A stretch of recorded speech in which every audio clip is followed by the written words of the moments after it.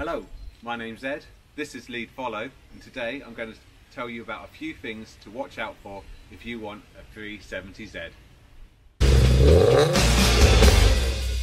So first off, apologies, car's a bit dirty. I haven't had a chance to properly clean it since Cadwell Park, so that will get done soon once it gets tucked up for the winter.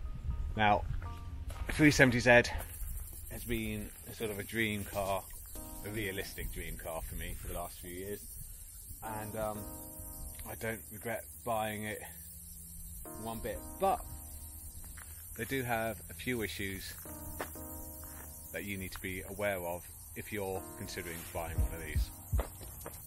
Now, the first one, on the earlier cars, the 2010s to 2012-ish, they have an issue with the gallery, oil gallery gaskets at the front of the engine.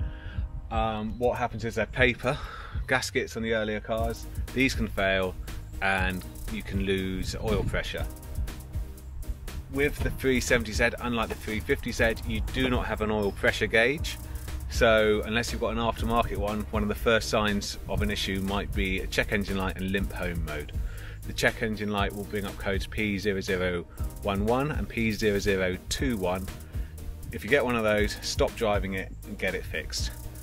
To fix them, the parts are about 200 quid for the newer facelifted gaskets, and labour works out about 600 quid. Someone like Horsham Developments do it all in for 800 or 900 quid, and it's well worth doing if you're looking at an earlier car, just for peace of mind. It's not every car that it goes wrong on, but if it goes wrong, you could be spending 9 grand on an engine. So it's worth doing. So while we're at the front of the car, another thing that annoys me about the 370, and I'll hopefully get it sorted next MOT, is headlights. For a car this power, they're just awful.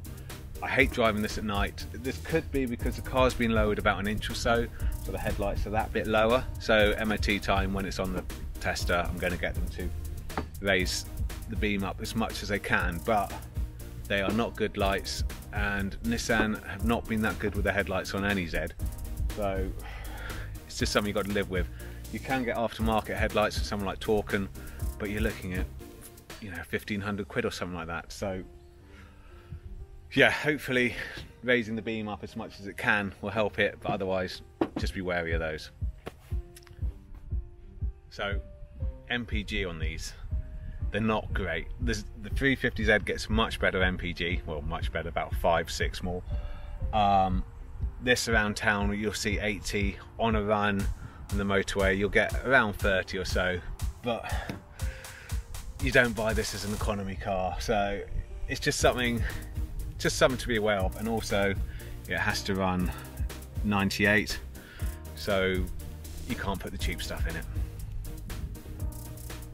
While we're talking about fuel, the 370Z has an issue on track with fuel starvation.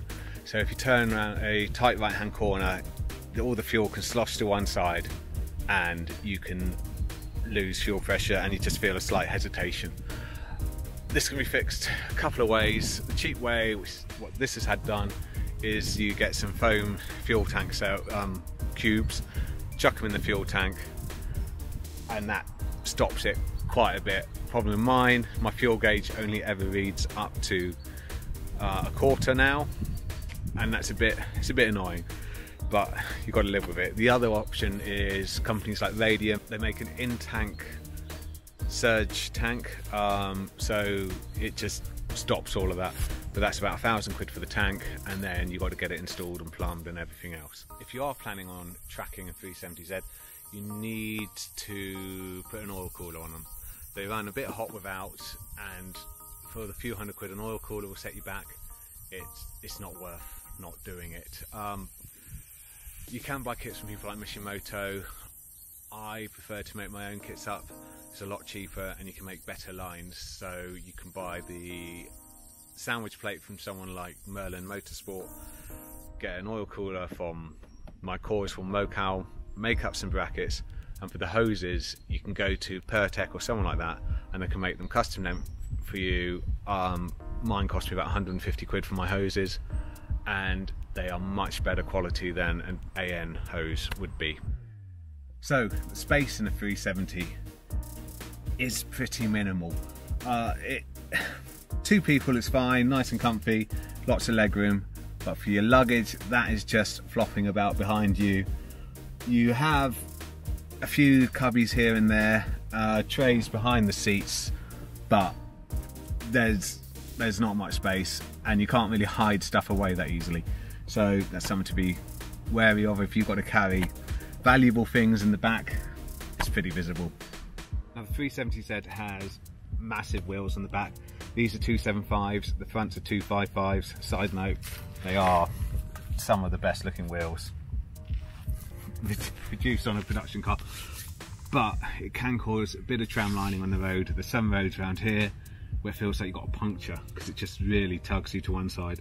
I get my alignment checked a lot, so I know it's not that. And one reason I get my alignment checked is these tyres are nearly 250 quid a corn for the backs and about 200 quid for the fronts. So if you want decent tyres, it's going to cost you a lot on these. So just make sure you've got some good tyres on the car when you buy it. Now, general consumables for the car aren't that cheap. You know, oil filters, all of that, fine, easy to get and reasonable. But if you need to get a spare part for it, there's not many of these about, so second-hand parts are rare. There's not many aftermarket tuning parts about because, once again, these are quite rare cars. So it will cost you some money if you need to get a wing or a door or something like that happens. So just be careful with what you're buying, and don't think I'll just buy a wing off eBay, it'll be cheap, because it won't. The Z doesn't really suffer from rust apart from the W brace. So just like the 350Z, these rust out from new, they're basically made out of rust. So the chances are if it hasn't been done, it will need to be done. And if you're looking at a 370Z online, do the MOT history check and it comes back with rust underneath, chances are it's a W brace. That's what happened with me with this one. Nearly put me off buying it, but chances are it's a W brace, because unless it's parked in the sea, it won't rust that badly, but buyer beware. So the catalytic converters on these can go, this is around 90,000 miles, mine went. It's not the worst thing in the world if they do go, because you can buy a high flow cat. I've got Cobra ones on here which are about 600 quid, and normally you can sell the stock cats for about 600 quid. But one thing I would advise is get them fitted by someone.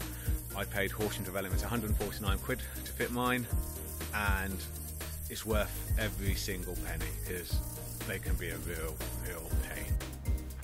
Talking about things that can be a pain, the clutch slave cylinder on these. It's inside the gearbox, it's made of plastic, and they go about 80-90,000 miles. So if the car you're buying hasn't had it done, hasn't had the clutch changed, then budget for that. The problem is when it goes, the gearbox is coming off, you fit a new clutch, and the costs can just get to, well, for me it got to nearly £2,000 because I fitted a new flywheel, new clutch, new slave, everything. So just be careful with that. It's something that it's not an if, it's a when. So make sure you've got a clutch done, or you're budgeting to get that done. Quick little extra bit on the clutch slave cylinder. If you're doing the job yourself, go for a upgraded one. You can get them from, again, we're talking Horsham Developments, all of that lot, they all sell them. I think they're about 250 quid. I actually have one in there now because one of these stock ones, see loads of plastic, failed on me after 500 miles, and we couldn't be bothered to replace it. So Horsham Development split the cost with me, and now I have one of those. Also, if it goes, the OE dual mass flywheel and clutch is going to set you back about 1,500 quid. You can go for a JWT single mass, which is going to be about 1,000 quid, but you do get a slight bit of chatter. It's not awful, but when you're just in traffic, you just hear the chatter coming from the gearbox. So it's up to you. I used to have a JWT in here until the slave went, then we went back to OE. It's a nice clutch. You can beat on it a bit more. I am a bit more careful on this one, even though it's going to be fine. So it's all horses for courses. Just work out what you want to do with the car and do it. That all being said, the 370Z is a fantastic car. It's fantastic on track. It's fantastic just driving around. It makes a great commuter. Anything you want to do, this car can quite happily do it. So you should definitely look at buying them. The prices seem to have stagnated a little bit at the moment. 350Z ones are coming up, so I got a feeling that these are going to have to start coming up, because I hate to say it, and I'll probably get some hate for it, but the 370Z is a better car than the 350Z. I prefer the looks of the 350Z, but as a car, this is better. The engine is tough, can get abuse. If you just watch some of the American YouTubers drifting these things, they just redline them all day long and they work quite happily. And it's just a fantastic car. So please buy these. They're not going to be about forever. If you get the chance, buy it. My name's Ed. This has been LeEdFollow. Like and subscribe and all of that. And we'll see you on the next time with some FN2 content. Bye.